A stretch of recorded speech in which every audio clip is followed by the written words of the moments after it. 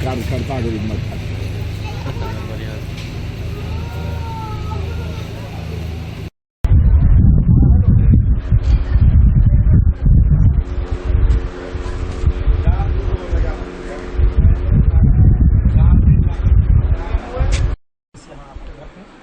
Nepal police के द्वारा जो है अभी तक किसी भी प्रकार का कोई सहयोग नहीं मिला है।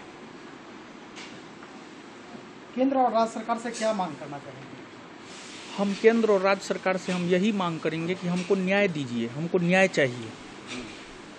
अगर अभी आज के डेट में आप देखेंगे हम अकेले पड़ चुके हैं।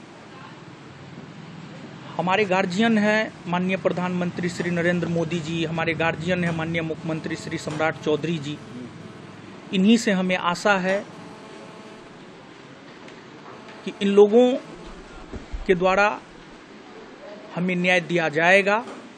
हम भी भारत के एक आम नागरिक हैं, हम भी सरकार को सहयोग करते हैं, प्रशासन को हम भी सहयोग करते हैं, तो हमें न्याय चाहिए। बस हम यही गुहार लगाते हैं, हमारे भाई की जो हत्या हुई है उसकी निष्पक्ष जांच हो और दूध का दूध पानी का पानी हो। दोषी कोई भी हो उसको कड़ी से कड़ी सजा दी जाए। अगर दोषी हम होंगे तो हम ही को सजा मिले, दोषी कोई भी हो उसको सजा मिले।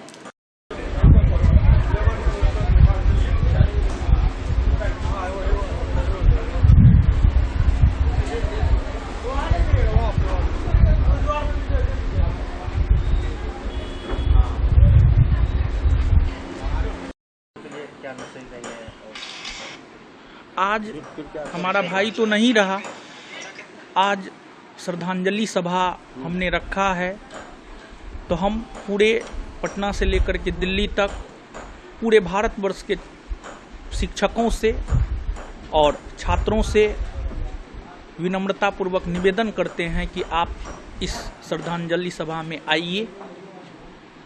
आपके आगमन से हमें आत्मबल मिलेगा और हम अपने सभी छात्रों में प्रिंस देखता हूं, और पहले भी मैं छात्रों के लिए हर संभव खड़ा रहता था। अब आगे भी मैं और भी बढ़ चढ़कर अपने छात्रों के लिए हर संभव मैं खड़ा रहूंगा। एफआईआर भी नहीं हुआ है, आपने कई बार जाके धरना भी दिया और अपनी बात को रखा। देखिए,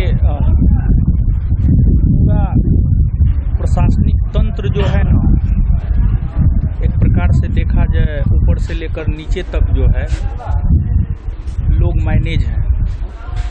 आप प्रथम दिन की कार्रवाई से लेकर के अभी तक अगर आप देखेंगे तो प्रथम दिन 2 जून की घटना है, रात में 10 बजे की घटना है, 12 बजे के आसपास एफआईआर होता है और 4 घंटा के भीतर जो है हमको अरेस्ट करके जेल में डाल दिया जाता है, लेकिन वो भी झूठा केस में। लेकिन वही फैजल खान पर जो है 4 जून को सच्चा एफआईआर होता है। प्रशासन को गिरफ्तार करने के लिए 48 से 72 घंटा का समय मिलता है, लेकिन फिर भी उसकी गिरफ्तारी नहीं होती है। पहली बात ये हो गई। फिर दूसरी बात, जब हमारी गिरफ्तारी हुई थी तो गिरफ्तारी के बाद जो है, जब गिरफ्तारी हो रही थी तो गिरफ्तारी के दौरान जो है कदम कुआं थाना के एसएचओ महोदय ने हमें कहा था कि हम तुमको बर्बाद कर देंगे, रोड पे ला देंगे, भीख मांगने पर मजबूर कर देंगे। और लगभग कदम कुआं थाना के एसएचओ महोदय इसमें कामयाब हो गए हैं। ठीक है, हमें सिस्टम से न्याय की उम्मीद है, लेकिन अगर सिस्टम न्याय नहीं करता है तो ऊपर वाले से हमें उम्मीद है, अगर कोई न्याय नहीं करेगा, ऊपर वाले ईश्वर प्रकृति हमारे साथ न्याय जरूर करेगा। तो प्रथम दिन से लेकर के अभी तक अगर प्रशासन की हम बात करें तो प्रशासन जो है दोहरी नीति अपना रही है और हमारा एफआईआर नहीं लिखा गया। और हम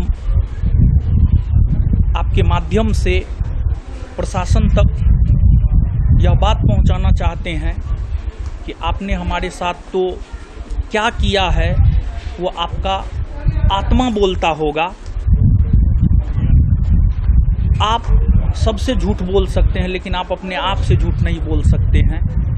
आपने हमारे साथ कितना दुर्व्यवहार किया है प्रथम दिन से लेकर के आज तक वो आपको पता है। लेकिन हम यही कहेंगे कि हमारा जो एफआईआर नहीं लिया गया है उसको एक्सेप्ट किया जाए और हमारे एफआईआर की बातों को जो है कल यानी 25 जून को जो सुनवाई है हमारे एफआईआर की बातों को जो है उसमें शामिल किया जाए। हम आपके माध्यम से जो है यह प्रशासन को कहना चाहते हैं। देखिए, पुलिस रक्षक होता है लेकिन आज के डेट में पुलिस भक्षक हो गया है। एक एग्जाम्पल है आरा का भरत तिवारी हत्याकांड। जब भरत तिवारी ने सरेंडर कर दिया तो फिर उनका इनकाउंटर क्यों किया गया? ये कौन तरीका है प्रशासन के काम करने का? प्रशासन को वेतन कहाँ से मिलता है? आम जनता जो टैक्स का पैसा देता है ना, उस टैक्स के पैसा से जो है प्रशासन को वेतन मिलता है। आप जनता के रक्षक हैं, आप जनता के भक्षक नहीं हैं। आपने जिस प्रकार का कार्य मेरे साथ किया है, जिस प्रकार का कृत्य मेरे साथ किया है, आपके गलत कार्रवाई के वजह से आज हमारा भाई हमारे साथ नहीं है। अगर आप गलत कार्रवाई नहीं करते, अगर झूठी केस में हमारी गिरफ्तारी नहीं होती तो आज हमारा भाई हमारे साथ होता। और भरत तिवारी केस में भी आप देखिए, जब सरेंडर कर दिया गया है तो किस बात का जो है आपको इनकाउंटर किया गया है? तो प्रशासन को समझने की ज़रूरत है, सही तहकीकात की ज़रूरत है और लोगों को आपसे न्याय की उम्मीद होती है। लेकिन आप पता नहीं किसके इशारे पर क्या कर रहे हैं। लेकिन फिर भी हम गुजारिश करते हैं, हम सिफारिश करते हैं, हम विनम्रतापूर्वक निवेदन करते हैं बिहार सरकार से कि हमें न्याय दे। हमको तो ऐसा लगता है कि हम हार चुके हैं, सिस्टम से हार चुके हैं, लेकिन फिर भी उम्मीद पर दुनिया कायम है और हम यही उम्मीद करते हैं कि ठीक है, आज तक आपने हमारे साथ अन्याय किया है, अब तो न्याय कर दीजिए। अब तो आप मेरा भाई भी छीन लिए। अगर हमारा भाई आज मेरे साथ नहीं है तो उसमें प्रशासनिक गलतियां भी हैं। आप हमारा भाई लौटा सकते हैं, आप कहिए ना, आप जो कहिएगा हम अपना सब कुछ दे देंगे, लेकिन आप मेरा भाई लौटा दीजिए। उम्मीद नहीं रहते हुए भी फिर भी हम प्रशासन से उम्मीद करते हैं कि हमारे साथ न्याय करे और जो प्रशासनिक गलतियां हुई है नीचे के अधिकारियों से उन पर कार्रवाई की जाए। कदम कुआं एसएचओ पर कार्रवाई की जाए। हमारा मेडिकल चेकअप नहीं हुआ है।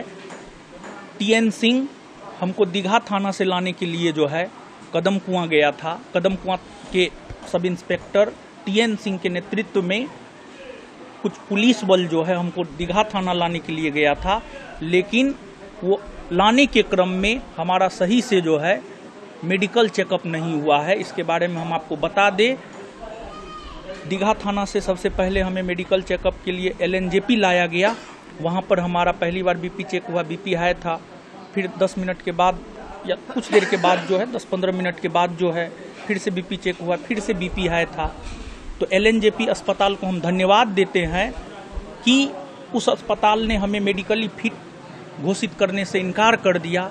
उसके बाद टीएन सिंह जो है राजेंद्र नगर अस्पताल के डॉक्टरों के साथ सेटिंग किया और वहाँ पर हमारा कोई मेडिकल चेकअप नहीं हुआ, सिर्फ ये पूछा गया कटा फटा का निशान, और फिर हमने बताया और बिना मेडिकल चेकअप के गलत तरीका से मेडिकली फिट करके जो है हमको जेल भेज दिया गया।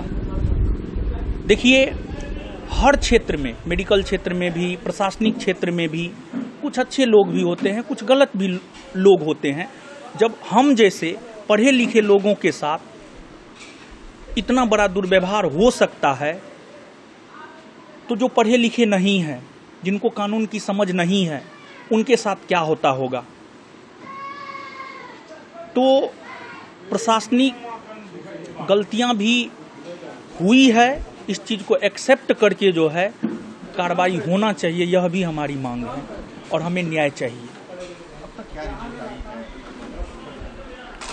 पोस्टमार्टम रिपोर्ट में अभी कुछ भी क्लियर नहीं है। एक वेसरा रिपोर्ट आता है, उसके बाद जो है कुछ भी क्लियर होगा। देखिए, दुनिया कुछ भी माने, लेकिन हम इस बात को मानते हैं, हमारे भाई का हत्यारा फैजल खान और किसान कोल्ड स्टोर के मालिक RS प्रसाद है। क्योंकि इन लोगों के द्वारा ही मीडिया में गलत बयानबाजी करके हमारे ऊपर झूठा केस, हमारे भाई के ऊपर झूठा केस करवाया गया, हमारी अरेस्टिंग हुई। हमारा भाई कुछ भी समझ नहीं पाया, वो आनन फानन में इधर उधर भागा और हमें जमानत नहीं मिल रहा था, जिस वजह से भी वो काफ़ी परेशान चल रहा था। तो घटना का कनेक्शन कहीं ना कहीं 2 जून रात 10 बजे की घटना से है। हमारी भाई की जो हत्या हुई है उसका संबंध 2 जून की घटना से है। इसका जिम्मेदार फैजल खान और किसान कोल्ड स्टोर के मालिक RS प्रसाद है। दुनिया कुछ भी माने, सच यही है और ये बात साबित होगा, चाहे आज हो करके रहे, कल हो करके रहे, 6 महीना के बाद हो करके रहे, लेकिन यह बात सच साबित होगा।